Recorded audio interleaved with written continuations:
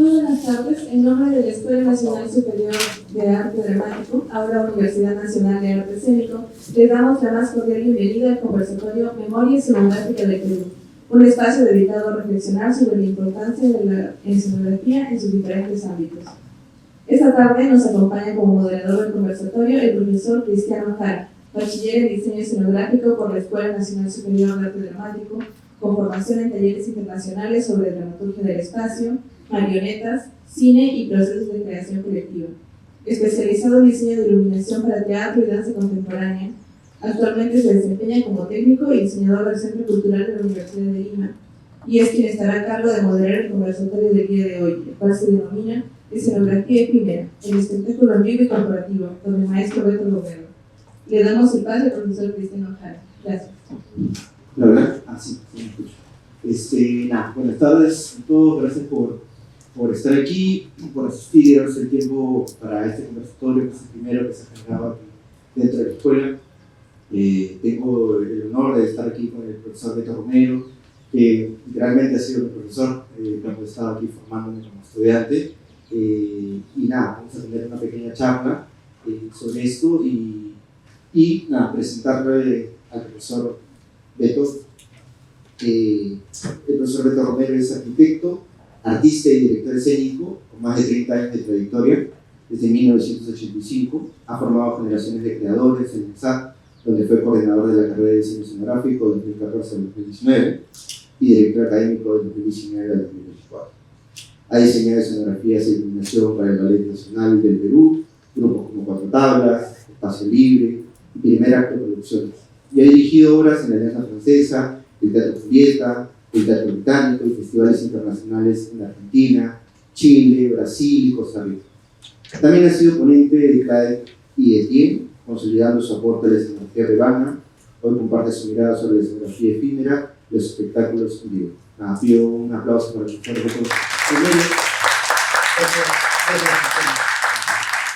Y vamos a tener esta pequeña charla, como mencioné en un inicio, que tiene unos ejes del conversatorio, donde llegaremos primero con algunas preguntas para el profesor y después vamos a darnos un tiempo para que también haya unas preguntas en público, podamos conversar, algunas inquietudes por ahí que se pueden generar mientras vamos generando esta charla mía que vamos a tener esta tarde. Agradecerles en verdad el tiempo, porque para algunos es muy complicado, pero empezamos y vamos a disfrutar. Se va a comprender en tres ejes, principalmente, en el cual vamos a tener pequeñas preguntas que vamos a ir ahondando en cada una de ellas. Más allá de esos, vamos a ir aportando un sinfín de cosas y vayan preparando también sus preguntas para el final. Tenemos aquí una primera pregunta, el eje, que se llama ¿cómo se desarrolla la escenografía en eventos de diferentes marcas corporativas? Sabemos que el profesor se desarrolla en eventos. ¿Cuál diría usted que es el eje principal para interpretar la identidad de lo que quiere el cliente? Bueno, en principio, buenas tardes a todos y todas. De todas maneras, agradecer la invitación a participar de este importante evento, porque creo que va a marcar historia, no solamente aquí en la UNAE, sino también a nivel del campo del diseño escenográfico. Con respecto a la pregunta, creo que siempre el punto de partida, en este caso cuando estamos hablando de eventos corporativos, estamos hablando de un cliente determinado y que tiene ciertas singularidades. En ese sentido, creo que por lo menos cuando yo empiezo a trabajar estos temas, lo primero que hago es empezar a entender quién es el cliente, ¿no? Estamos hablando generalmente de empresas y eso implica conocer cuál es la visión y la misión de esa empresa. Porque a diferencia de lo que es trabajar con un grupo de teatro o con un director, están orientados generalmente a promocionar la marca, a difundirla o a trabajar de repente algo que tiene que ver con comunicación interna, con su misma gente, los empleados o los directivos. Pero creo que todo empieza primero por familiarizarse con la empresa, con la marca, y eso pasa justamente por la visión y la misión, ¿no? es importante también entender de que nosotros cuando trabajamos con una empresa siempre hay una persona que es la vinculante, ¿no? Ahí puede haber un presidente, un director o un directorio, pero siempre hay alguien que es de determinada área, que es la que vincula el evento, que puede ser desde imagen, que puede ser desde recursos humanos o cualquier otra área. Entonces eso también define ciertos objetivos. Luego de trabajar un poco esta investigación sobre la marca, que pasa también por revisar su web, revisar qué eventos ha hecho, es entender un poco hacia dónde se orienta el objetivo del evento, para potenciar la marca hacia una comunicación interna o una comunicación externa. Digamos que por ahí empezamos, ¿no? Para después poder generar algunos conceptos. Claro, es ahondar bastante sobre esa marca, un nivel, no sé si alguna vez hablamos, no sé si llegaron por ahí, tuvimos una propuesta de diseño, creo, alguna vez de una pasarela del robótico, ¿no? Y fuimos ahondando en ese diseño y es vincularte con esos aspectos que tiene la marca que se tiene que establecer. Y sí tiene otro lenguaje totalmente diferente, sobre todo eso, de tratar de ver todos esos pequeños conceptos que usted menciona. Es importante, vincularse sobre todo, creo que esa es una palabra. Sí, y hay algunos aspectos también que son interesantes porque los eventos varían, ¿no? Varían de naturaleza. Puede ser por una fiesta que de alguna manera intenta generar vínculos entre los trabajadores de una empresa, como puede ser la capacitación a ciertos directivos, como me pasó con un evento de Toyota, que venían gente de concesionarios de todo el país y venían directivos de misma Toyota de Japón. Entonces había como una capacitación que terminaba en una fiesta.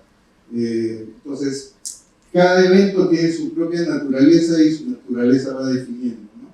Hay unos eventos que son más grandes, otros que son más pequeños, pero creo que hay otra cosa que también es interesante y como a veces medio anecdótico, ¿no?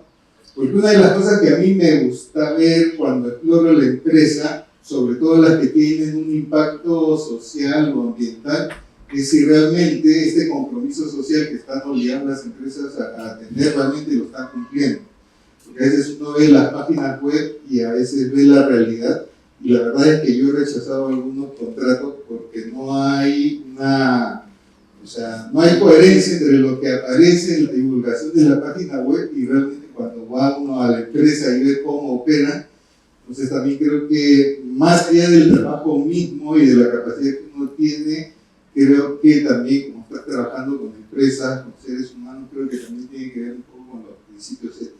Sí, claro. Sí, ha pasado que se vincula mucho de lo que uno está trabajando y va por otra línea, ¿no? Y eso ya tiene que ver un poco con la ética también. Y de ahí pasamos a este siguiente paso que viene con la siguiente pregunta, que es, después de desarrollar el diseño de una marca, ¿cuáles serían los temas a desarrollar en una presentación de diseño? De no llegar, como esto, me quedó este lenguaje que lo de la marca de Toyota, por ejemplo, venían desde el mismo Japón, no sé qué país. Entonces, hay dos tipos de lenguaje en ese evento. Entonces, sí hay una cabeza, pero igual hay que englobar en todo para satisfacer al cliente y a los que vienen a recepcionar toda esa información. Y de no llegar a convencer al cliente, ¿cómo se podría desarrollar las siguientes alternativas, ¿no? Es un reto también. Sí. Bueno, lo que pasa es que siempre he creído que no solamente los eventos corporativos, sino en general cuando uno está trabajando, diseñando escenografía o iluminación o vestuario, uno tiene que acercarse al cliente, en este caso que estamos hablando de lo corporativo, con diferentes alternativas, ¿no? Siempre, el otro asunto es que uno no trabaja de manera individual, siempre es un trabajo colectivo, ¿no? Hay algunos casos, en la mayoría de los casos, siempre trabajo con un equipo porque hay un líder, digamos, en el equipo de producción, y eso, a partir de ese líder nos vinculamos con otras áreas, ¿no? Hay equipos de creatividad, hay equipos de diseño, porque el evento forma parte, o lo que, digamos que en el nicho que estoy trabajando forma parte de algo mucho mayor. Entonces, hay un tema de poder conversar entre todos los que estamos implicados, porque porque el trabajo parte siempre de una idea generadora.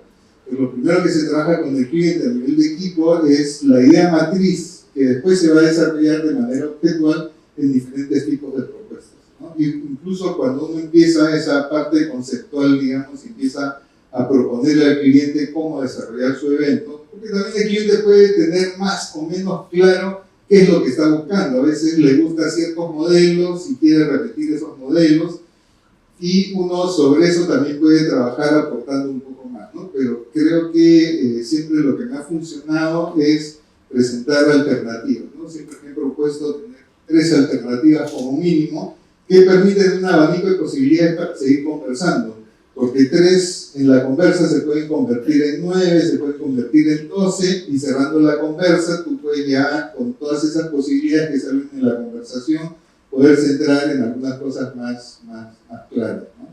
Y bueno, siempre también lo que puede pasar es que hay clientes y clientes. Entonces, de pronto, sí, no tienes una idea más, ok, una idea más, pero como todo esto tiene que ver con tiempos también, entonces tanto el cliente como la parte que está produciendo todo el evento, donde me encuentro yo, que tiene que ver con los diseños, somos muy conscientes de los tiempos que hay que tener, ¿no?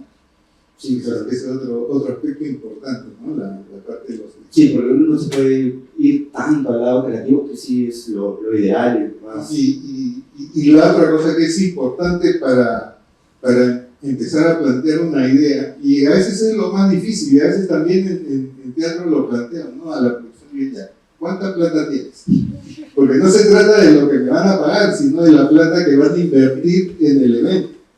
Y eso también, de alguna manera, me da a mí ciertos parámetros que me permiten plantear algunas cosas u otras cosas, porque también yo les digo, si no me dices cuánto es lo que piensas invertir, yo empiezo a tirar ideas.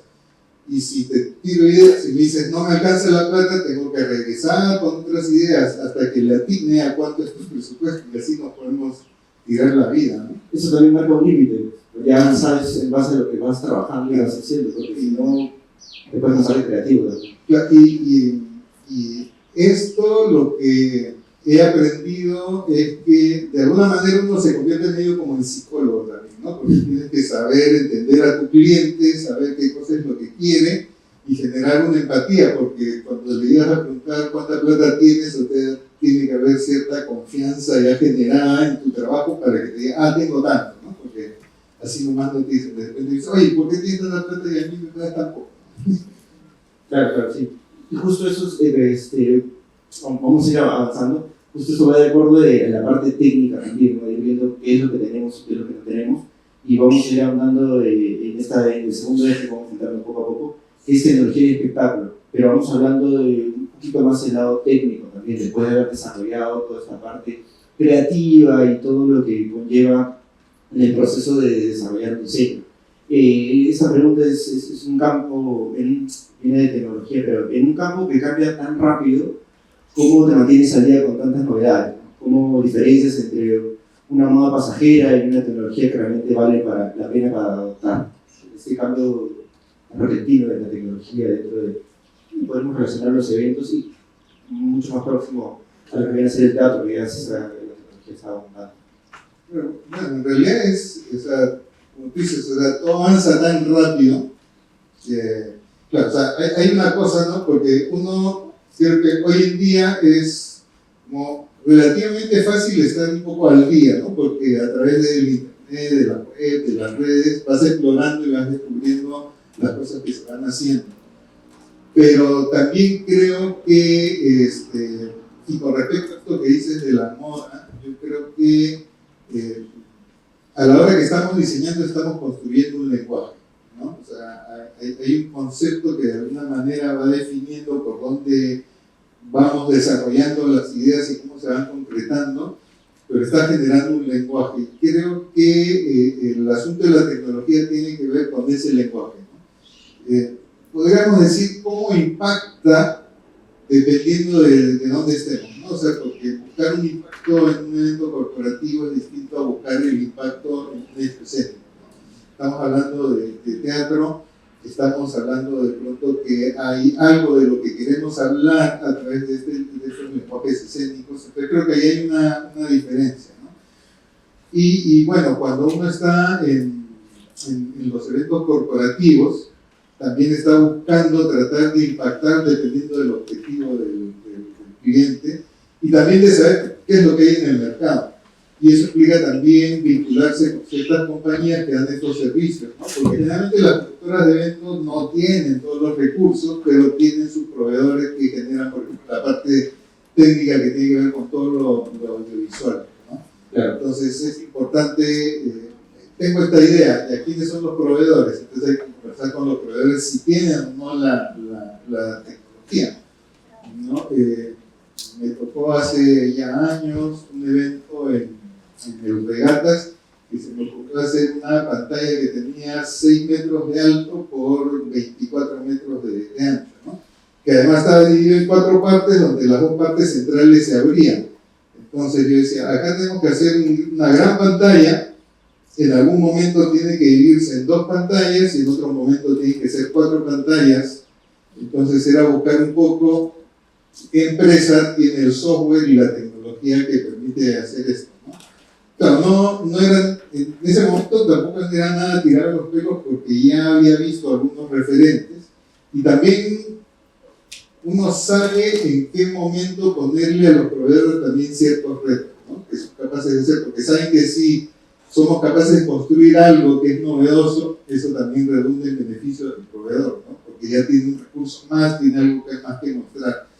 Eso cuando es el tema corporativo, pero el mismo principio del lenguaje es el que uso en el teatro, ¿no? Y en el teatro, a diferencia de un evento corporativo, los presupuestos que se manejan son más reducidos. Entonces la posibilidad de acceder a ciertas tecnologías a veces no están las que de pronto serían las ideales o las que queremos, pero está en cómo construimos lenguaje con las tecnologías. Entonces, y siempre hay una salida, siempre hay una forma de resolver las cosas, porque regreso a lo que empecé conversando.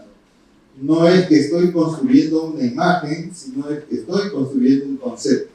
Y el concepto finalmente puede objetualizarse de muchas maneras, ¿no? Y el impacto puede seguir manteniéndose. Sí, es curioso porque podríamos definir que hay un tipo de lenguaje para eventos, un tipo de lenguaje para lo que viene a ser puestas en escena, lo escénico. Y así también sucede, ahondando un poco la iluminación para teatro, netamente, o iluminación para conciertos, ¿no? Que es otro tipo de mecanismo, y también teniendo eso en cuenta, los presupuestos también son totalmente diferentes. O sea, tenemos una escala mucho mayor en conciertos o en eventos, podría ser así, y una escala mucho menor en lo que viene a ser teatro, ¿no? Aparte, por eso decía esto del lenguaje, ¿no? Entender este tipo de lenguaje en lo que viene a ser un evento corporativo y una puesta en escena. Y esto, jalemos un poquito la conversación también con lo de la iluminación, porque es interesante. Regresando, este evento de Toyota que les contaba, creo que es el evento más grande que he diseñado, que me tocó diseñar desde la distribución general, ¿no? Pues imagínense, creo que se reunían 70 entre directivos y personas importantes de Toyota que asistían al evento con sus esposas. En total eran 140 personas, no eran más las que iban a participar. Pues en un primer momento llegaban y los directivos tenían que entrar a una sala, todo se había construido, ¿no? Estructuras, todo en una sala, una caja negra con aire acondicionado, donde se iba a dar la primera charla, que era una charla de capacitación que la daban justamente los directivos de la Toyota de Japón. Entonces, eso necesitaba una iluminación especial porque era un lugar de capacitación. Mientras, las parejas de los asistentes estaban en un lobby.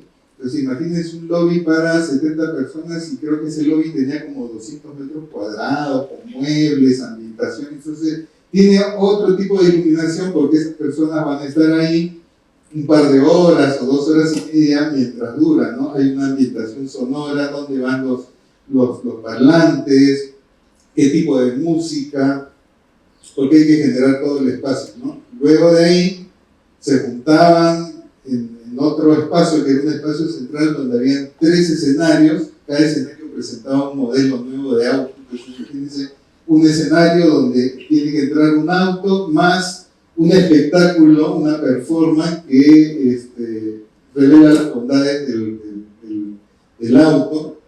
Después de ahí se pasaban a un espacio donde había una fiesta que tenía 2 escenarios, un escenario principal donde se presentó Fonseca, me acuerdo, que venía con todo su rider y que tenía que ser tal cual él lo había presentado. Entonces, estamos hablando de diferentes espacios, diferentes iluminaciones, diferentes configuraciones espaciales, diferentes alturas, diferentes colores, diferentes texturas, ¿no? Entonces, había un objetivo, pero que además la otra cosa interesante era que una cosa era la mentalidad de los directivos de Toyota acá y otra era la mentalidad de los directivos japoneses, ¿no? Entonces había que hacer como un match de esas cosas y que todos salgan contentos. Claro, eso, lo de vincular esas dos debe ser tratar de leer el lenguaje de cada uno y llegar a un cierto lenguaje único, se podría decir así. Los escenógrafos nos convertimos en psicólogos, digamos, tenemos que entender y a veces desentrañar cosas, sí, ¿no? Descubrir cosas. El lenguaje, claro, mientras van explicándote, o bueno, a mí trabajo un poquito más en teatro y es ir andando el lenguaje que quiere manejar el director, ¿no? O la persona encargada. A veces cuando hay este tipo de creaciones colectivas también se puede dar, ¿no? Entonces, claro, es ir entendiendo el lenguaje de qué es lo que quiere transmitir y a veces lleva tiempo llegar a eso, pero sobre todo tener estos 2 tipos de lenguaje. También puede pasar en festivales, también, que nos pasa que vienen personas, sí, con su diseñador, pero hay que entender el lenguaje de ese diseñador que nos va a ubicar en un espacio, que es lo más complicado. Y dentro de entender o vincular ese lenguaje, la otra pregunta viene, los fallos técnicos que son parte del oficio de siempre, porque trabajamos con una cosa muy en vivo, que es, creo que es lo gratificante para, por decirlo así, de trabajar en algo vivo, porque casi siempre no sale igual, pero también hay todos esos pequeños errores que se dan, ¿no? ¿Recuerda algún desastre o problema grande en una función o montaje? ¿Y qué aprendizaje te dejó? Porque sí dejan mucho aprendizaje. Sí, bueno, tanto como desastre, no sé, creo que tengo la suerte que no he estado en algo desastroso, ¿no? Claro, o sea, cuando todavía estamos, creo que el aprieto más grande que he tenido es cuando todavía estamos en la era analógica, ¿no? Porque ahora que estamos en la era digital es más fácil corregir algunas cosas desde la consola, ¿no? Pero,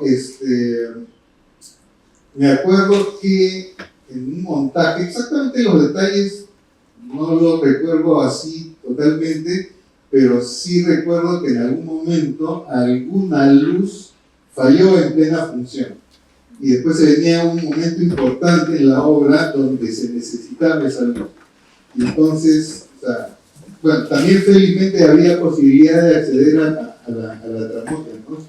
Subir por encima del puente y mover la luz. Eso creo que fue una ventaja, porque si no, de repente no se hubiera podido solucionar. Pero la siguiente cosa que pasó es cómo soluciona.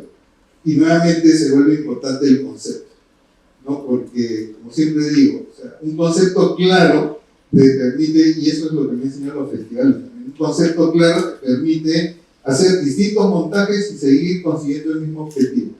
Entonces, ok, ¿cuál es el concepto? Es tal, entonces es en cabina, replantear la luz, correr al bacheo, al tablero, y tienes que tener clarísimo, ¿no? Esa es la otra cosa importante, que tener todo, bueno, en esa época de lo analógico, ¿no? Tener todo ordenadito, porque tenía mi planta de luces, mi planta de cambio, mi planta con toda la codificación del circuito, el número de artefactos, etc. Entonces, en papel lo corriges, corrí rápidamente al tablero de bacheo y haz papel, nada más, desde el 5 al 4, el 3 al 4, cambias, súbete y modifica la luz.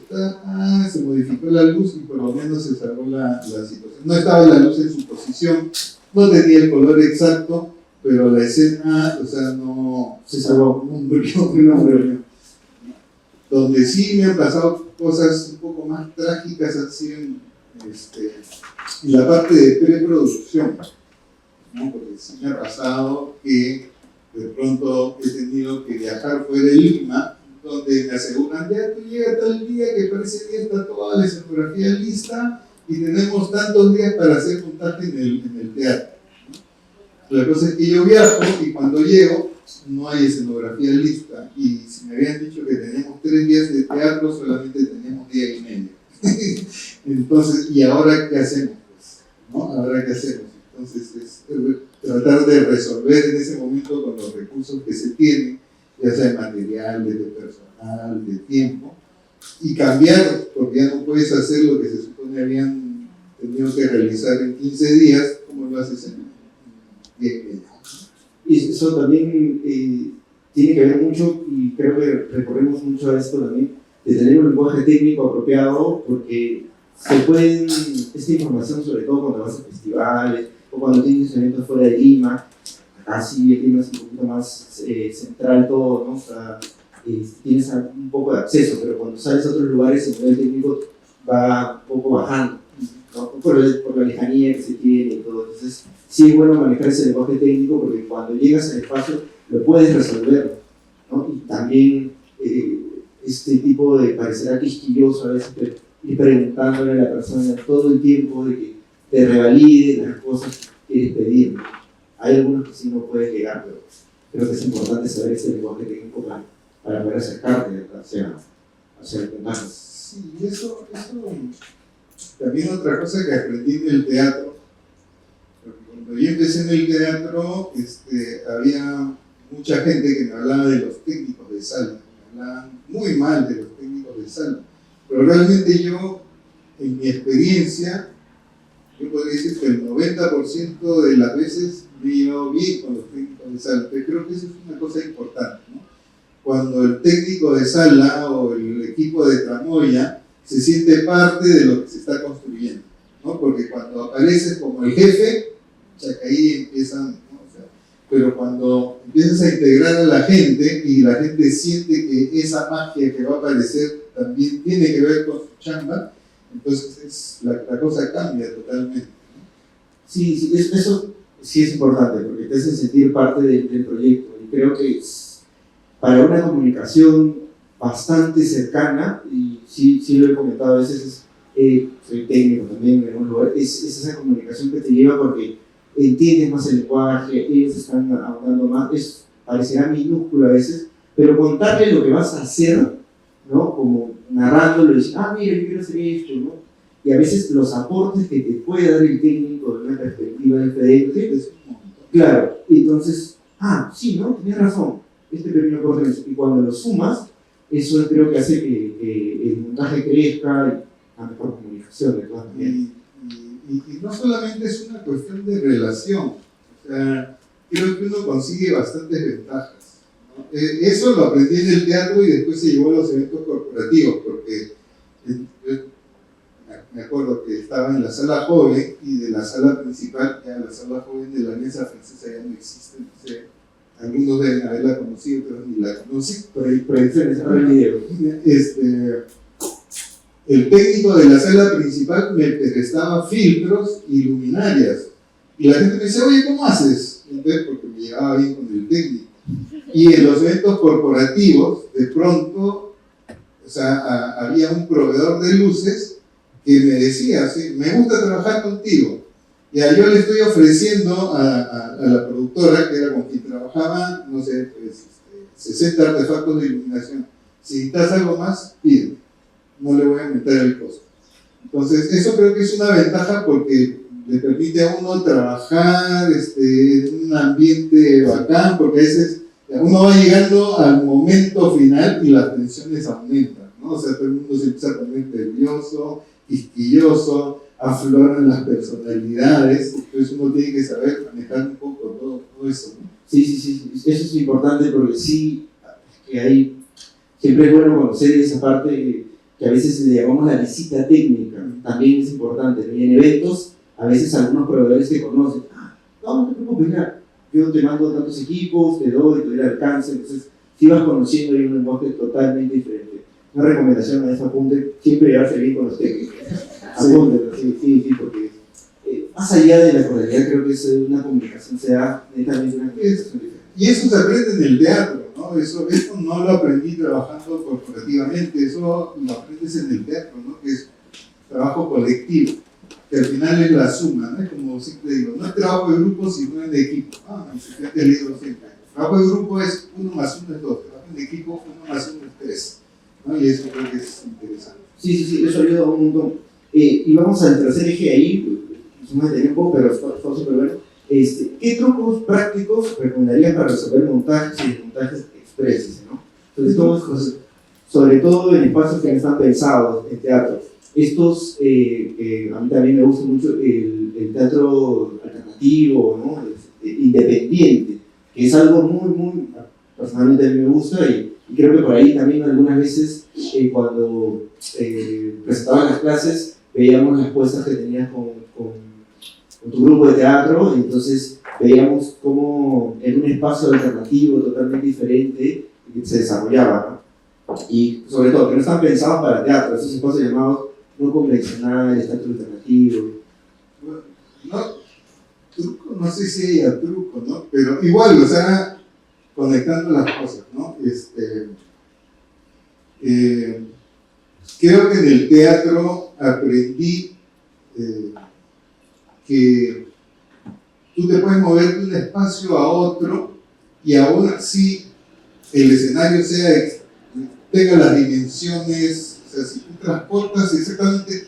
Me pasó con una obra con Tartufo, que era en ese momento del TUC, que tuvimos funciones en el Centro Cultural de la Católica y después iban funciones en la Alianza Francesa, ¿no? Entonces, el tamaño del escenario era exactamente el mismo, no había que modificar nada, todo pasaba, tenían las mismas luces, pero a la hora que cambias de espacio ya todo se modifica. Entonces, creo que ese error, porque en ese momento cometí el error de llevar todo exactamente y después con el director conversábamos y decíamos, ¿qué cosa ha pasado? La gente no tiene la misma respuesta, no siente igual. Y tiene que ver un poco con toda la arquitectura, dónde esperas antes de entrar a la función. Y creo que eso es algo que también me permitió llevar esa idea a los espacios no convencionales, ¿no? Porque llevar una obra a un espacio no convencional implica primero entender cómo es ese espacio, cómo van a funcionar las relaciones que no solamente tienen que ver con cómo vas a armar el escenario, sino la relación que se está generando con el espectador, con el público participante, ¿no? En este caso, por ejemplo, tenemos graderías y hay una forma de ver y hay una forma de relacionarse. Cuando esta configuración espacial cambia, puede ser la misma obra, pero no la puedes montar igual, no la puedes iluminar igual, no puedes distribuir las cosas en el espacio de igual manera, y los aspectos técnicos tienen que ver qué se puede y qué no se puede hacer en la sala. En ese sentido, creo que sí me ayudó bastante mi formación como arquitecto, ¿no? O sea, saber de física, saber de estructura, saber de algunos procedimientos, de qué cosas se puede hacer y qué cosas no se puede hacer, ¿no? Entonces, nuevamente, si tú, o sea, con un ejemplo que tiene que ver con estar en un festival. Me tocó una vez estar en un festival donde teníamos que hacer 6, 8 funciones seguiditas y todos los espacios eran totalmente distintos. Uno tenía donde colgar luces, el otro no tenía absolutamente la posibilidad de poner luces en el piso. Unos tenías, no sé, pues 10 metros de fondo, en el otro tenías 3 metros, aquí tenías un escenario de 20 de ancho, en el otro tenías 4 metros de ancho. Entonces, regresaba yo a esta idea del concepto. ¿Qué es lo que estás buscando? ¿Qué es lo que quieres generar? ¿Qué relación se tiene que entablar con el público a través del hecho escénico? Y entonces tienes que tomar decisiones. Esto que hiciste ahí no lo puedes hacer acá. ¿Qué puedes hacer acá? ¿No? Y claro, es llegar, mirar, esto se puede, ¿qué tengo? Tengo esto, se puede conseguir esto, te vas corriendo a la ferretería, a la tienda, al mercado, a buscar la cosa que necesites para poder solucionar, ¿no? Entonces creo que no hay un truco, yo creo que mucho hace también la experiencia, ¿no? Porque la experiencia con los técnicos, o sea, para mí ha sido fundamental, ¿no? La primera vez que llegué a un escenario, es como que, ¿y ahora?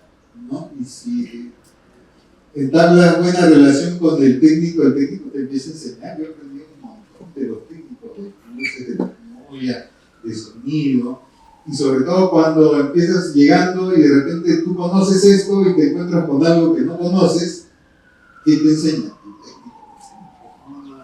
técnico. Sí, sí, claro, por eso es importante esa comunicación. Sí.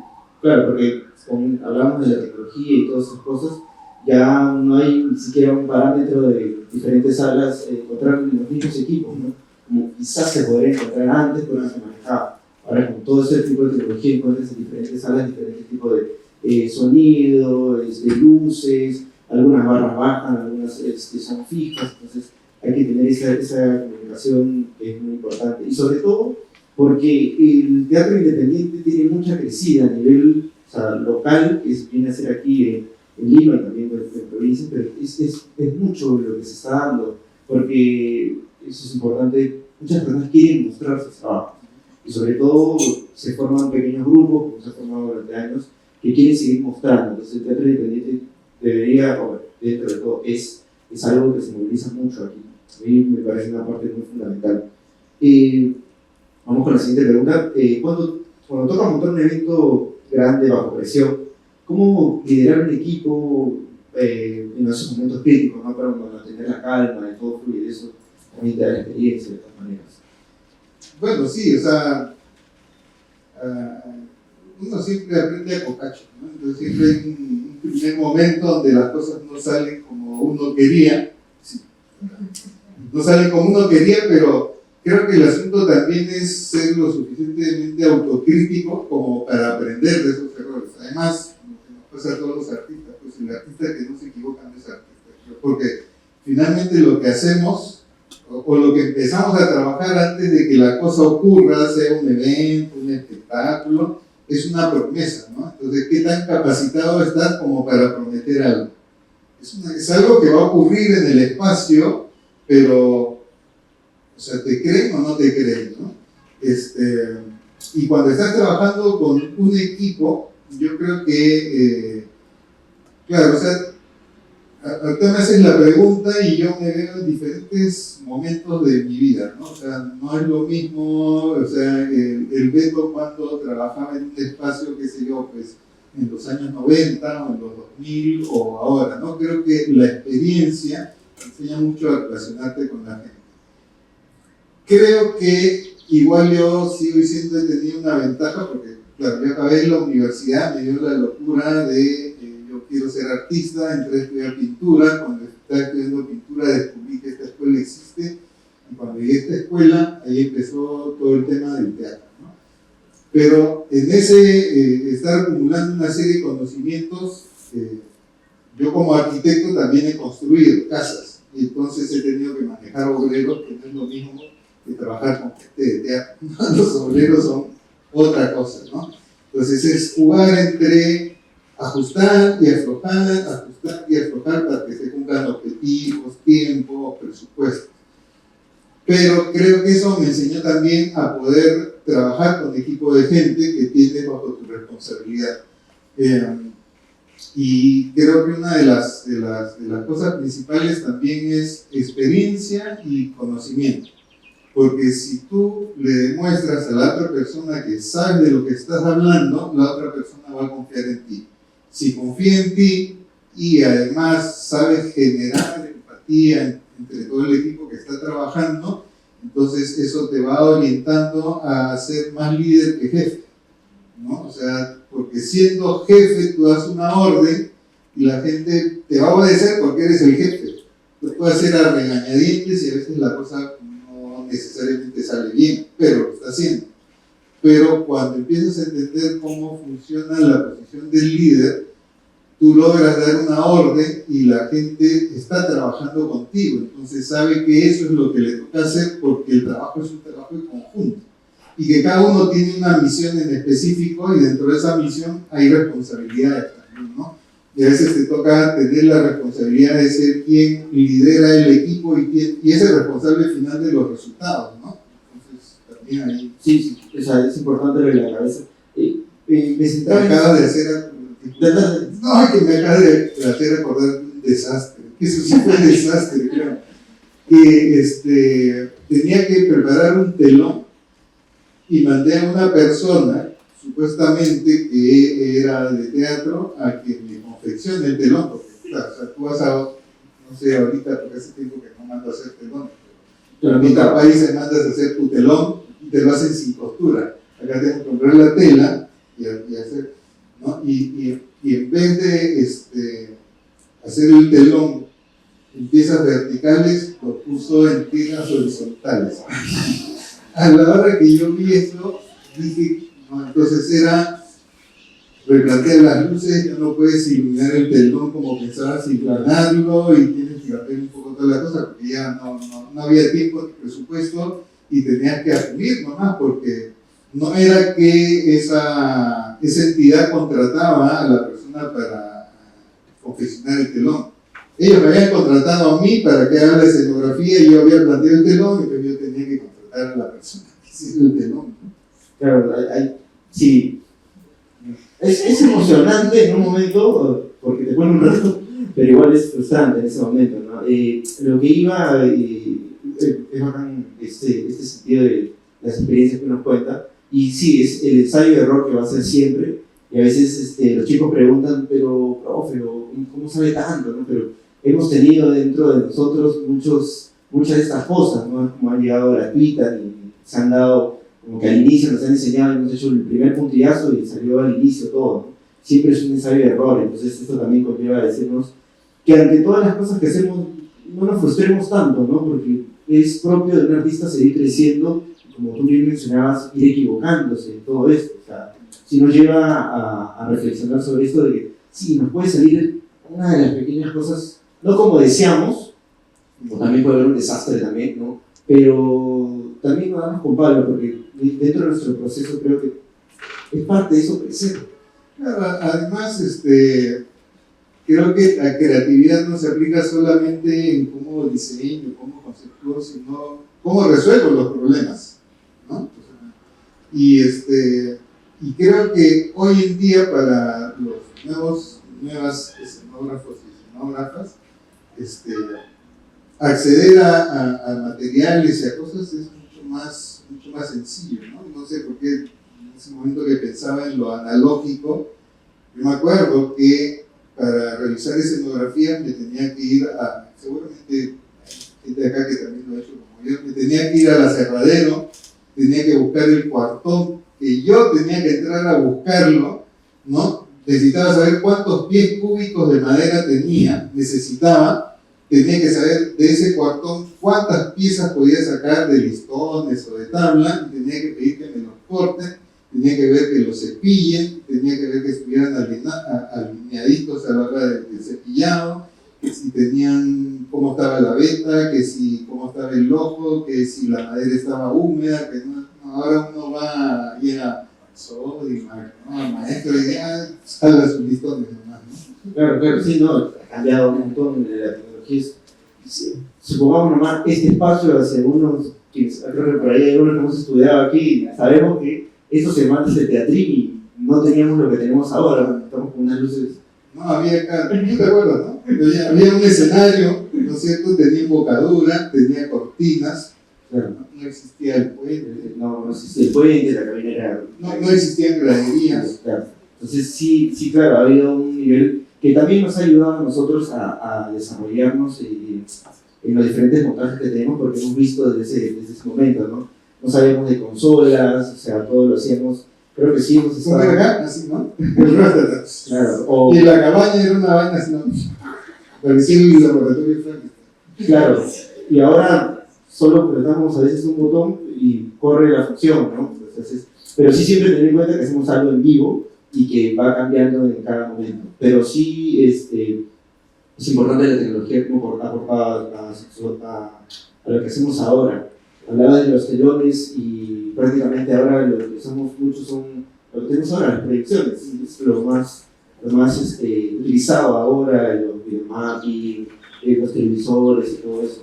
Ha avanzado bastante la tecnología y nos abre campo a muchas cosas. Y nada, yo creo que eso es muy importante saber cómo uno va desarrollándose y también ir aprendiendo sobre todo sobre estas nuevas tecnologías, que es la parte más importante. Pero todavía en el teatro, en el campo del teatro, creo yo, no sé si por ahí, porque creo que todavía sigue ligado un poquito entre lo analógico y lo moderno. Creo que todavía tenemos, se podría decir, ese lado romántico, todavía, porque no queremos desligarnos de lo analógico. Bueno, nosotros somos analógicos, o sea, no sé si nos podamos volver 100% digitales, porque creo que esto que diferencia el evento, aunque sea el evento corporativo, me refiero, ¿no? A pesar de que son igual seres humanos y cuerpos, el teatro construye otra cosa en la experiencia, ¿no? Ese vínculo que se genera con ese otro que llega a participar. Por eso, ya desde hace un tiempo y trabajando también con mis estudiantes, es como que descubres que ya no se llama público, ya no se llama espectador, ahora se llama participante. No necesariamente porque acciona directamente contigo en el espacio, sino porque en realidad los vínculos que el teatro contemporáneo está generando son distintos. A veces uno no se da cuenta, pero ya no es exactamente igual, ¿no? O sea, y el otro asunto es que yo estoy convencidísimo de eso que decíamos antes de la pandemia, la nueva realidad, ¿no? O sea, estamos en una nueva realidad, no hemos regresado a como éramos antes de la pandemia.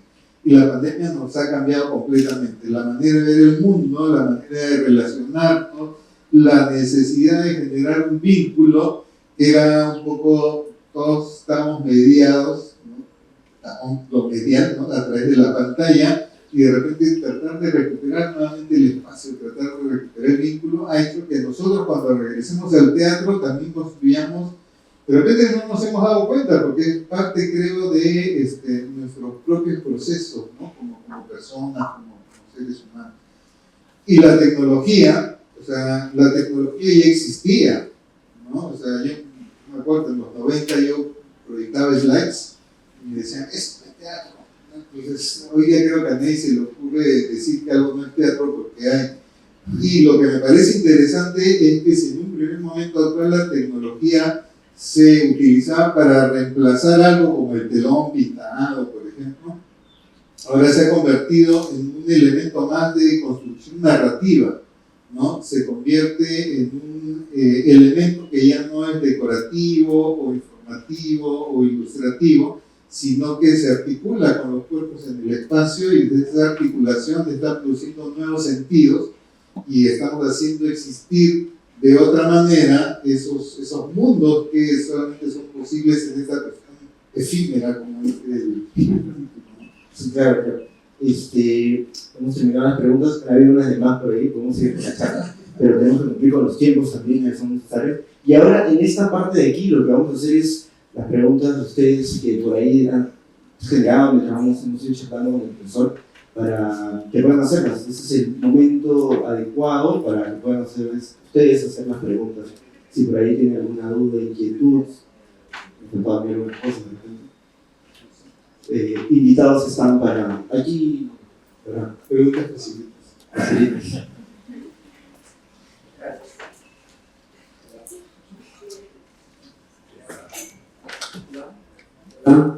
Bien, gracias. Gracias por el momento, por lo que compartes, Beto.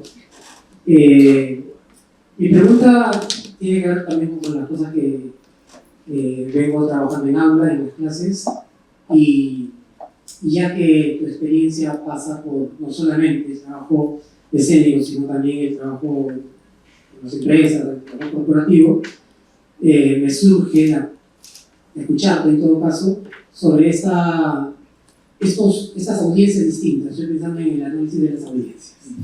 Estas audiencias diferenciadas, ¿no? A veces escucho a artistas cuando quieren hacer su trabajo de análisis de las audiencias referirse a su público como público objetivo, cuando eso es más bien, tiene otra lógica, ¿no? Viene del mercado, del mercado. ¿Tú podrías hacer una diferenciación entre esos públicos, esas audiencias, en el sentido de una pieza artística, escénica, seguramente busca generar, no sé, poéticas, disrupciones, quebrar ciertas paradigmas, en fin, y probablemente lo corporativo no, o se dirige hacia otro punto. A veces he pensado yo en las audiencias ideales, pensando en el arte, ¿no? En lugar de usar la categoría o el término de público objetivo, pensar en una audiencia ideal para un montaje en particular, que trabaja una temática en particular y una estética también. Pero ¿cómo lo ves tú, ya que tienes esa experiencia? ¿Se puede diferenciar? Claro, o sea, cuando estamos hablando de lo corporativo, el target es sumamente objetivo, ¿no? Porque el evento se prepara para un público determinado, o sea, no hay azar, ¿no? O sea, es la gente que está invitada a ese evento. Y esa gente tiene un perfil. Y los perfiles pueden variar. Si es un tema que tiene que ver con comunicación interna, varía dependiendo del grupo humano con el que quiere trabajar la empresa. ¿Y qué cosa es lo que quiere trabajar? ¿No? Que puede ser desde trabajar el afianzamiento de los valores de la empresa hasta simplemente tenemos la fiesta de fin de año y vamos a divertirnos todos. Pero incluso las diversiones no son iguales de una empresa a otra empresa, ¿no? Por las miradas que tiene la persona de la empresa responsable sobre el evento. Eso sí, tienes un público determinado. En teatro, bueno, aquí pasa por una cuestión un poco, yo diría, más heterogénea. Porque yo podría ponerme en los casos en los que yo he tenido que diseñar para algún director o para alguna productora, que puede ser que estén pensando en un público objetivo, ¿no? Ese target que tiene puede estar determinado por edades, puede estar determinado por una ubicación específica en Lima, porque igual no es lo mismo trabajar con los niños del cono norte que con los niños del cono sur o los del centro de Lima, o hacer teatro para niños en San Isidro, es totalmente distinto, ¿no? Tiene que ver un poco con la mirada que tenga el grupo, el director o la productora de lo que quiere trabajar, y un poco que entras a la conversa ahí, ¿no? Yo me convertí en el año 2000 en directorio, me convertí porque me atreví a dirigir una primera obra en el año 2000, que ya algunos sí recuerdan a Seth Carrau, que fue un poco el que me impulsaba a que dé ese paso a dirigir, pero justamente entré a dirigir y a proponer mis propios espacios escénicos y a probar mis teorías en el espacio, porque ya como que no congeniaba con las miradas de muchos directores, ¿no? Y en mi caso, yo no pienso en un público objetivo. O sea, yo sé que hay obras que pueden ser para mayores de edad o aptas para todo el público o para el público infantil. En ese sentido, depende del tema o del lenguaje que estés usando, que puede restringir un poco la audiencia. Pero yo creo que, o por lo menos para mí, o sea, yo no hago teatro para agradarle a la gente. Yo hago teatro para que la gente piense si le gusta lo que le tiro, y si no le gusta, bueno, pues parte de la experiencia, ¿no? Entonces, yo no pienso de esa manera en público objetivo, ¿no? Sino, o sea, cuando trabajo mis propuestas, parto del rol que entiendo cumplo como artista en una sociedad. Y ese rol se transmite o se hace visible a través del producto artístico que trabajo con el colectivo o con el grupo. En ese sentido siempre he dicho, ¿no? Hay gente que le puede gustar, como hay gente que no le puede gustar. Acá está mi amigo Marco Vega Bazán. ¿Te acuerdas cuando trabajamos la rebelión de los villanos en Villascani? Teníamos un chiquito de 8 años que iba a todas las funciones y se exterminaba de risa. Y no era para niños, pero, o sea, tampoco era que estaba prohibida para niños, pero, o sea, incorporó una serie de situaciones, ¿no? Que lo hacían pensar, evidentemente no como una persona adulta, pero yo no me imaginé que ese niño lo iba, o sea, ya era el cliente, ¿no? O sea, tenía pase libre, venía cuando quería ver la obra, más que era del barrio. Entonces, Entonces, son esas cosas que pasan, ¿no? Los comentarios que recibes de la gente que menos espera sobre la obra, ¿no? Y generalmente lo que me ha pasado es que son los niños los que reflexionan con mucha mayor profundidad que los adultos, porque a veces nos resistimos a que las preguntas nos entren de verdad y nos muevan un poco al piso, ¿no? El niño es como que más libre en ese sentido, ¿no? Parece que se cuestiona más. ¿Ah? Se cuestiona No sé si se cuestiona más, pero como más permeable a las cosas, ¿no? Nosotros estamos más llenos de traumas, de dudas. Estreno en estreno. ¿Hay alguna otra pregunta por ahí? Hola, Milton, gusto verte después de años. Dado el tiempo, hay un tráfico terrible, pero felizmente llegué. Ahora que has hablado de la rebelión de los villanos, me acabo de recordar, eso fue en el 2006 en una muestra de teatro peruano. Y yo recuerdo que el espacio era vacío y los actores se movían en el escenario y solamente usaste luces. Y me pongo a pensar, ¿es posible que las luces suplieron la escenografía? ¿Se podría hablar de una escenografía de imagen? Bueno, en realidad no creo que las luces hayan suplido la escenografía. Primero porque para mí la escenografía no son los objetos. Yo entiendo la escenografía como la organización del espacio. Hay una dinámica. El teatro es un evento, es un acontecimiento espaciotemporal en el que todos estamos compartiendo algo. Entonces, no se ve de manera estática. Y yo tengo que saber organizar el espacio de quienes van a desarrollar las acciones y el espacio escénico que para mí implica la relación con el público. El público forma parte de esa espacialidad. Y un poco que lo que dice Marco de la rebelión de los villanos es porque la obra anterior que había hecho, como decía yo, me puse a poner a prueba las cosas que pensaba, era una versión que hicimos de las troyanas. Lo hicimos en un espacio no convencional. Me prestaron un depósito de esos que alquilan andames para eventos, justamente porque era el pata con el que trabajaba en los eventos, y me prestó su espacio. Y había un espacio central que estaba llenecito de sillas, y que me prestas esto, sí. Y ahí construí como una plataforma de 2 metros de alto, de 11 por 11, donde pasaban cosas encima, cosas abajo. Dentro de ese cuadrado de 11 por 11 había una gradería en U que era solamente para 45 personas. Dentro había otro espacio de 5 metros y arriba tenía un ecran de 3 por 6, ¿no? Entonces era toda tenía las cosas ahí y dije, las voy a aprovechar, mi casa me las va a prestar, lo vamos a hacer. Y después de eso dije, ¿y qué pasa si no hay nada? Entonces nos fuimos a Villarcani y no había nada, era un cuadrado dibujado con masking tape en el piso. Dije, ok, entonces vamos igual a trabajar el tema del espacio, ¿no? Si los enanos están con miedo y se meten en una cueva, el espacio funciona de manera centrípeta. Entonces los cuerpos tienden a juntarse en el centro y la luz ayudaba a focalizar el espacio y a hacerlo más reducido. Claro, si los cuerpos no funcionaban de esa manera, nada iba a pasar, o sea, la luz sola no funcionaba.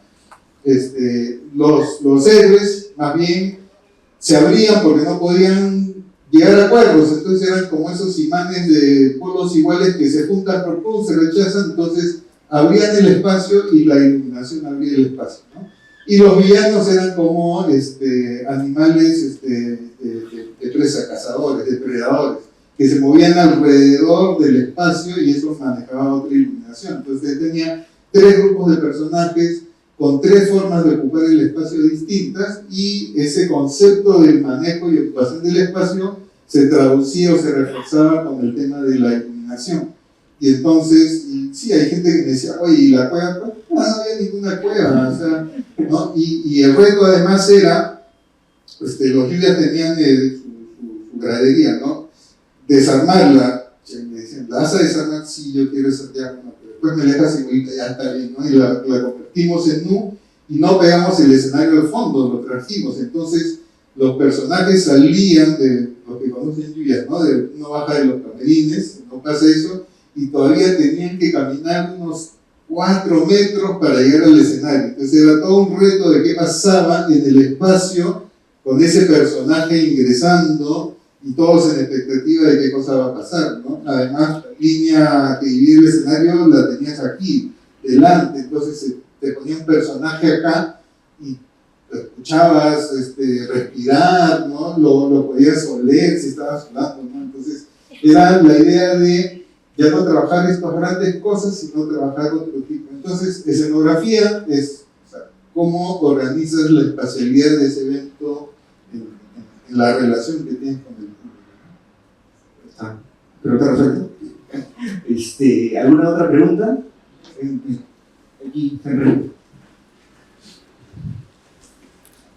Hola a todos, Cristian, gracias por este conversatorio.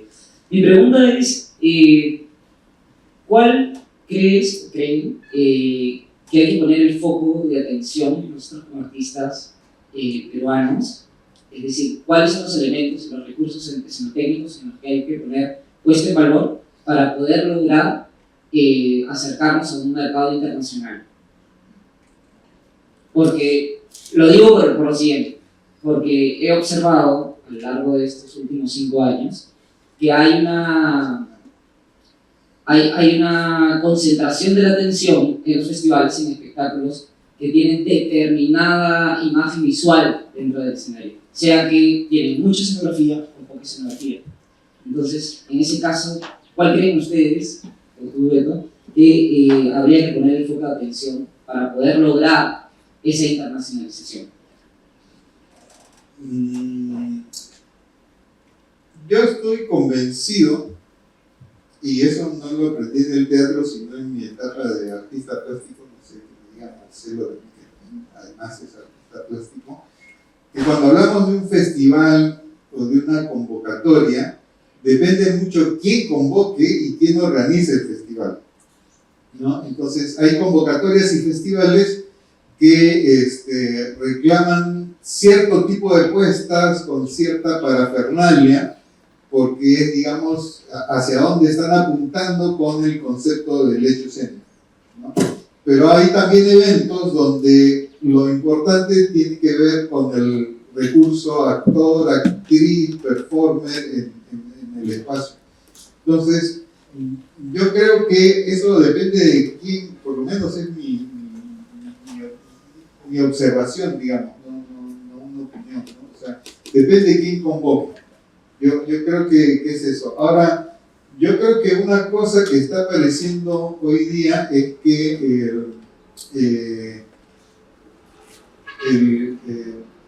es algo que no ha desaparecido, porque cuando uno mira la historia del teatro, me ha servido mucho ser profesor de historia del teatro para darme cuenta en que hay una cosa como cíclica en la que el cuerpo reclama una presencia en el escenario más allá de todo lo que lo pueda rodear.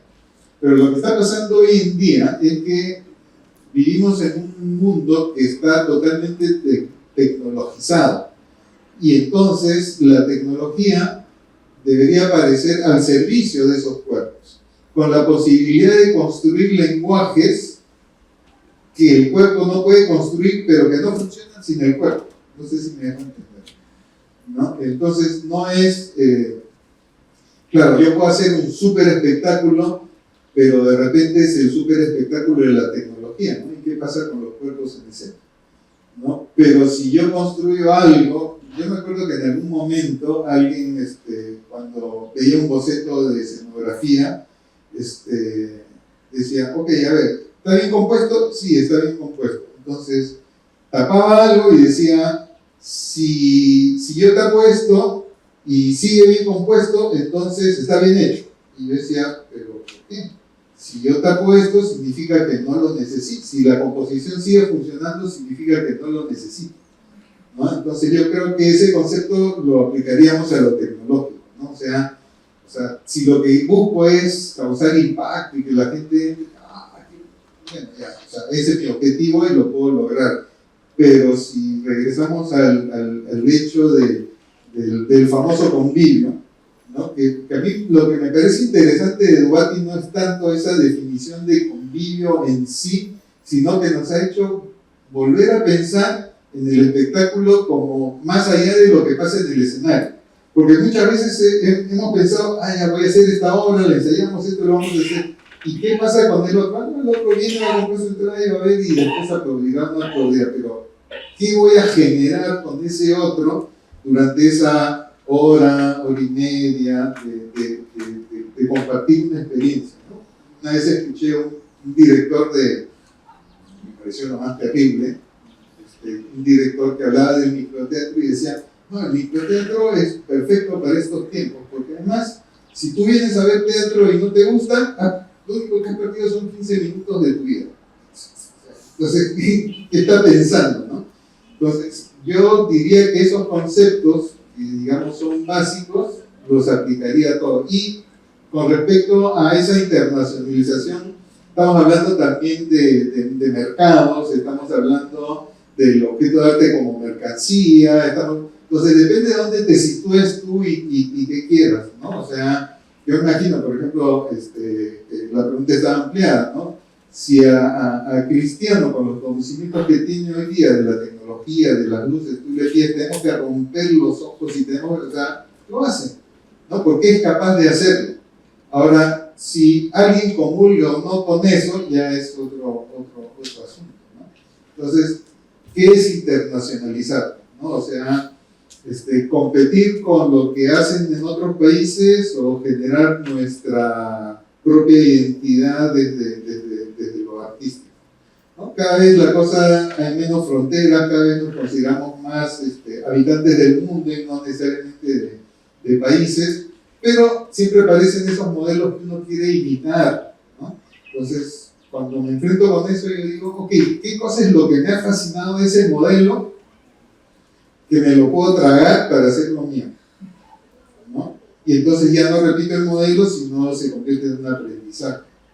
Y internacionalización creo que también va a depender un poco de las miradas muy particulares, ¿no? No sé si me he ido por la rama, pero no sé, también te planteé la pregunta. Sí, yo sí comparto mucho la primera parte porque justo acabo de terminar un festival hace poco y sí sentí de que a veces, sí, en eso de los festivales, sí están centrados, depende de dónde quieres mandarlo. Y sí, no voy a decir el nombre, pero sí se vio que este festival ya muchos leyeron cómo puedo mandar y que sí me diga. O sea, sí lo vi por ahí, ya, ahora sí lo leí. Y sí, hay diferentes tipos de lenguajes, por lo que puede ser en el festival. También comparto la idea de qué es lo que queremos transmitir y todo, y con la tecnología que hay ahora sí podemos llegar a alcanzar muchas cosas. Siempre voy a privilegiar el nivel técnico que tenemos, a seguir mejorando porque sí lo tenemos, y ir especializándonos en el nivel técnico que es muy importante. Y nada, lo creativo está, sino que hay que seguir viendo. Sí hay diversos festivales que ahora se están generando y creo que sí hay una gran capacidad de ir mostrándose. Es también hacia dónde llegamos, a qué público nos mostramos también, porque sí hay lugares que son, que no podemos llegar a veces, ¿no? Es un poquito más complicado. Pero a nivel de eso, sí siento que con la capacidad que tenemos y compuestas que ya he visto de mucho de teatro independiente y de cosas que se van generando, hay buenas propuestas. No lo puedo negar, hay buenas propuestas. Sí nos falta un poco más de mirada y salir un poco, pero sí queremos como que ver en qué lugar nos vamos especializando y qué queremos mostrar. Eso, y nada, siempre para mí va a seguir haciendo nuestras propuestas y creo que por ahora seguimos viendo, como lo que dijo Beto, ¿no?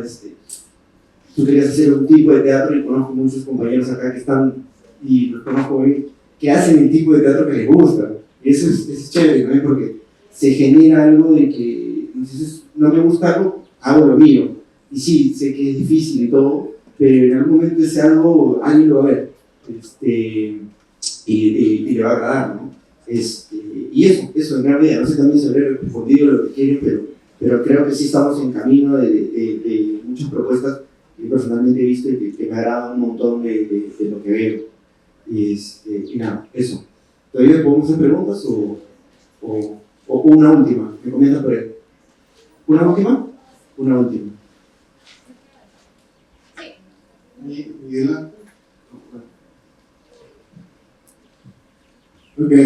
Ok, gracias Beto por hacer renovar a la señorita que estaba pidiendo la palabra. Nada, felicitarlos por esta iniciativa y este conversatorio. De verdad que es muy importante en el diseño de nuestro país que la escenografía se presente y se muestre en este tipo de eventos. Y con respecto a algunos comentarios, ¿no? La escenografía, como la aprendimos aquí en la escuela, en este sitio, con Beto como un profesor de diseño, qué miedo, pero así fue. Nada. Y el teatro o sea, la escenografía es un actor en escena, ¿no? Para que funcione tiene que tener iluminación, si no, no se lo puede ver. Y la ropa que tiene puesta es la ropa que el escenógrafo diseña y como el director se pone de acuerdo para que funcione o no funcione y ese cosas, ¿no? Pero eso es la dirección artística en la República, ¿no? O sea, el actor como los elementos que el escenógrafo proponga, ¿no? Que hacen una casa, un palacio, o como están sentados ustedes en un sillón, una silla y una mesa, ¿no? Con sus botellas de agua, sus vasos, vestidos indistintos, un poco dicotómicos, pero así es esto. Y quería preguntarle a ustedes acerca un poco de la escenografía en estos momentos en Perú, ¿no? En Lima. Yo acabo de estar en un festival en el Teatro La Plaza, viendo puestas en escena, y había unas cosas maravillosas y unas cosas que asustan, pero bueno, claro, una narrativa de una vida no puede ser teatro si no hay lo que dice ahí, ¿no? Podría ser, ¿no? O sea, si no hay poética de que estamos hablando, ¿no? O sea, pero si el público está contento y todo el mundo habla de pie, ¿qué significa? Que esa propuesta está bien, o esa propuesta, o el público, y ahí, ¿no? Lo que decía William Shakespeare, ¿no? Eso, quisiera que me comenten cómo ven ustedes la escenografía en estos momentos, 2025, 30 de septiembre. Específico.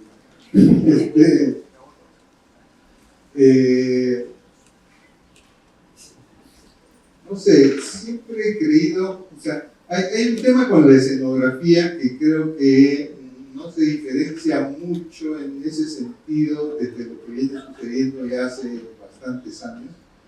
Cuando nosotros hablamos de la escenografía, el tema es que lo primero que se piensa son de los objetos, es lo que decía.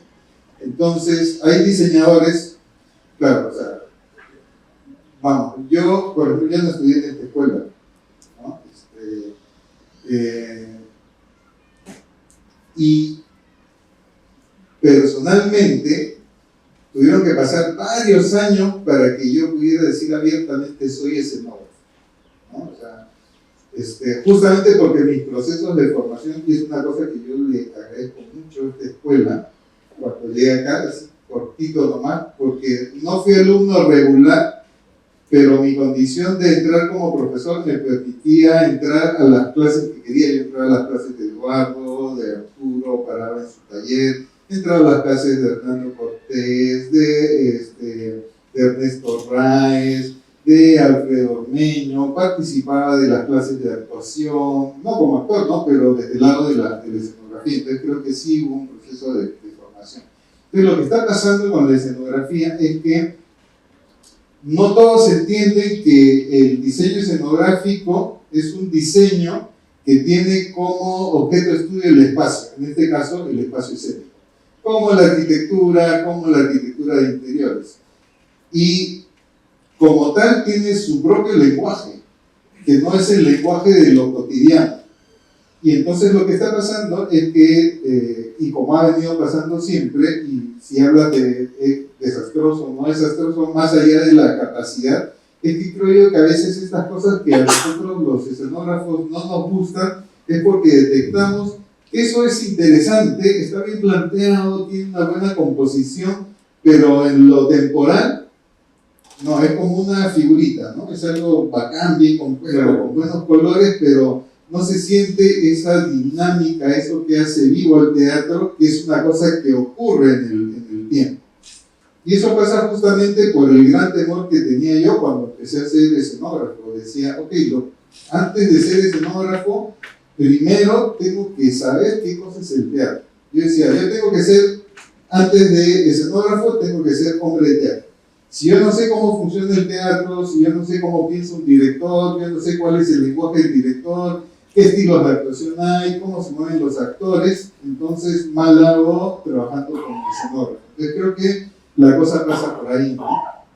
Porque hay actores y actores, actrices y actrices, hay técnicas de actuar, hay técnicas de ocupar el espacio, hay distintos lenguajes que pasan desde lo más dramático o más canónico hasta lo más performático. Hoy en día estamos preguntándonos, ¿puede existir una escenografía performática? Porque un espacio para una performance, tenemos espacio para trabajar, pero son cosas que nos preguntamos la gente que trabaja escenografía desde el sentirse gente de teatro, ¿no? Y sí he visto yo trabajos y siguen pasando, donde claro hay una destreza en el trabajo de la composición, de los espacios y de las cosas, pero no se entiende el lenguaje. Y eso se nota de alguna manera. Ahora, es interesante, y yo lo digo un poco por mi experiencia, ¿no? Que uno puede llegar desde otras disciplinas a la escenografía, pero debe entender qué pasa realmente en el teatro, ¿no? Entonces el teatro no es solamente, o sea, y el teatro es súper complicado, porque hablemos solamente del teatro tradicional, ¿no?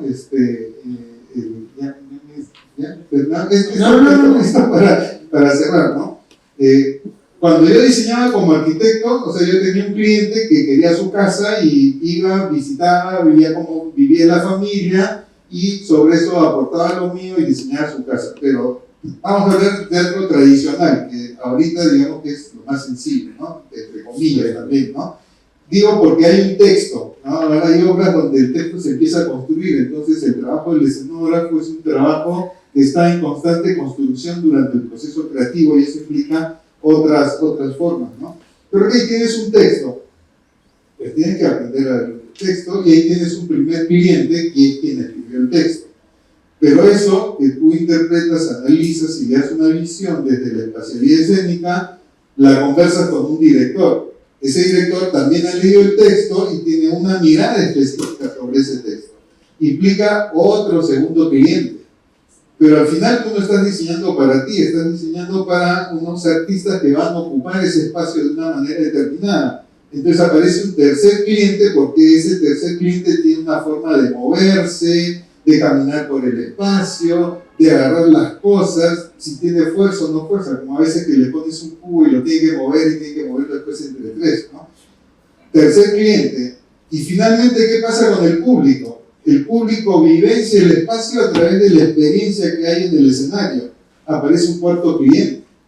Entonces, la cosa se vuelve compleja. Entonces, si tú no entiendes esa dinámica, mal puedes empezar a diseñar escenografía, ¿no? Entonces, creo que eso es importante y a veces parece mentira, pero esas son las cositas que a veces vemos y de, hay algo que no cuaja, ¿no? O sea, ¿no?